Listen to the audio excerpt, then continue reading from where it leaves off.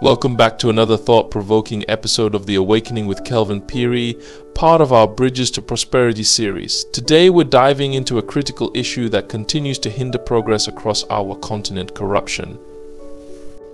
If you've driven along the Great East Road in Lusaka, you may have noticed the billboard declaring corruption the enemy of development, with Zambia's president prominently displayed. This powerful message serves as a stark reminder of the challenges we face. But what exactly is corruption? Why is it so pervasive in Africa? And what can we do to combat it? Let's explore these questions together. Understanding corruption. Corruption is a word that carries a heavy weight, especially in the context of Africa. But what does it really mean? At its simplest, corruption is the abuse of entrusted power for private gain. This can take many forms. Bribery, embezzlement, nepotism, and cronyism are just a few examples. These actions undermine the foundations of trust and fairness that are supposed to uphold our societies. But is corruption truly an African phenomenon, or is it something that occurs globally under different guises? In Western countries, for example, certain practices that we might label as corrupt are sometimes called by different names: lobbying, influence, peddling, or conflict of interest. These terms might sound more benign, but they often describe behaviors that are fundamentally similar to what we consider corruption in Africa. The key difference lies in perception, regulation, and the ability of institutions to manage these practices effectively. The global nature of corruption shows that this isn't just an African issue, it's a human issue. What varies is how it's handled and how visible it becomes in society.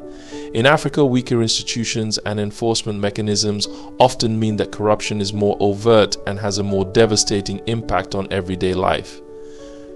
Corruption across continents.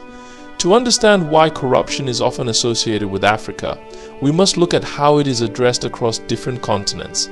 In many Western countries, the legal frameworks are more robust, and the institutions responsible for enforcing laws are generally stronger. This doesn't mean corruption doesn't exist, it simply means that it's often better hidden or more regulated. For instance, in the United States, the practice of lobbying is legal and regulated, yet it involves significant sums of money being used to influence political decisions. To many outside observers, this might seem like a form of corruption, but within the context of the US, it's accepted as part of the political process. Similarly, in Europe, conflicts of interest can sometimes arise when politicians have private sector ties, yet these are often managed through transparency laws and ethics committees. In contrast, in Africa, where such frameworks might be weaker or underdeveloped, similar practices can take on a more pernicious form. Bribery might be used to secure government contracts, public funds might be embezzled without consequence, and nepotism might ensure that only those with the right connections rise to positions of power. The visibility and impact of corruption in Africa are more pronounced because the checks and balances that might mitigate it elsewhere are often absent or ineffective. This leads to a crucial question: is the problem of corruption in Africa one of greater moral failing, or is it a matter of systemic weakness? I'd argue that it's the latter. Corruption is not an issue of African culture or identity, it's an issue of governance, accountability, and enforcement.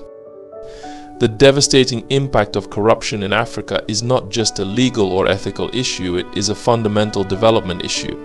The consequences of corruption are felt deeply across the continent, stifling economic growth, draining public resources, and eroding trust in institutions.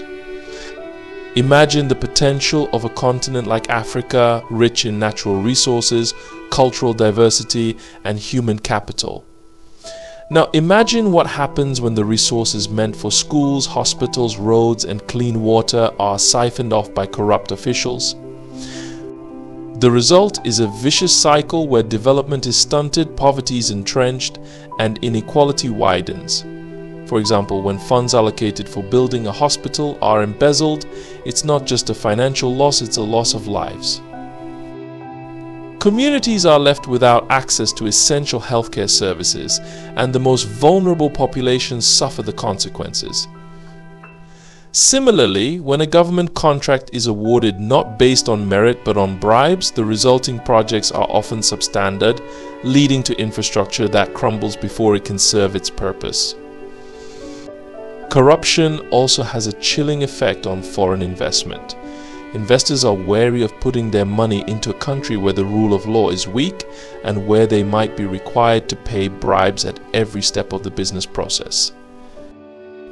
This means fewer jobs, less economic growth, and fewer opportunities for citizens to improve their lives. Moreover, corruption undermines the social fabric of a nation. It fosters cynicism and distrust among the populace, leading people to lose faith in their leaders and institutions. But when citizens believe that their government is corrupt, they are less likely to engage in civic activities, vote, or pay taxes. This disengagement weakens democracy and makes it harder to hold leaders accountable.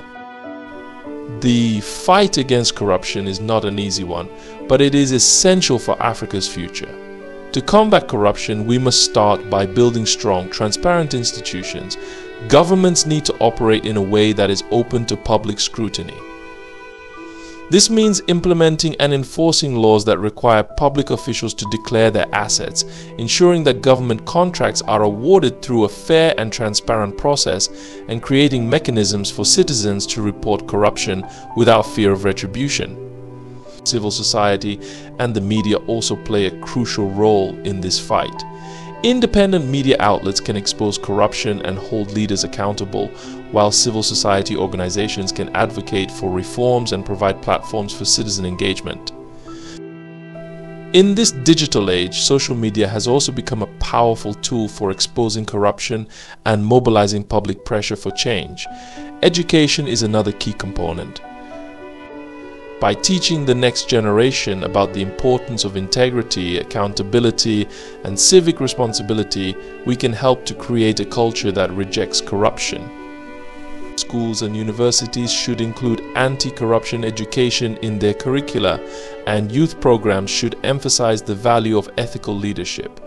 Anti-corruption laws must also be enforced rigorously. This means that there must be real consequences for those who engage in corrupt practices. Too often, corruption is tolerated because the perpetrators believe they will not be caught, or if caught, will not be punished. This culture of impunity must end. But the fight against corruption is not just a domestic issue, it's a global one. International cooperation is essential to tackle corruption, especially in cases where illicit funds are transferred abroad. Countries need to work together to track and recover stolen assets and to prevent corrupt officials from finding safe havens for their ill-gotten gains. Leadership matters as well. Leaders who demonstrate integrity and who are committed to transparency can set the tone for the rest of the country. When leaders are seen to be honest and accountable, it inspires confidence and trust among the populace. This in turn can create a virtuous cycle where corruption is less tolerated and more actively opposed. Corruption is a complex and pervasive issue, but it's not insurmountable. It requires a concerted effort from all levels of society, from government officials to ordinary citizens. By understanding it, naming it, and actively working against it, we can begin to dismantle the barriers to development that it creates. The billboard on the Great East Road in Lusaka is a stark reminder that corruption is the enemy of development. But it's also a call to action, a call for each of us to do our part in the fight against corruption. Thank you for joining me on this episode of The Awakening with Kelvin Phiri. Let's continue to build bridges to prosperity together, one conversation at a time. Until next time, stay informed, stay engaged, and remember, the fight against corruption starts with each one of us.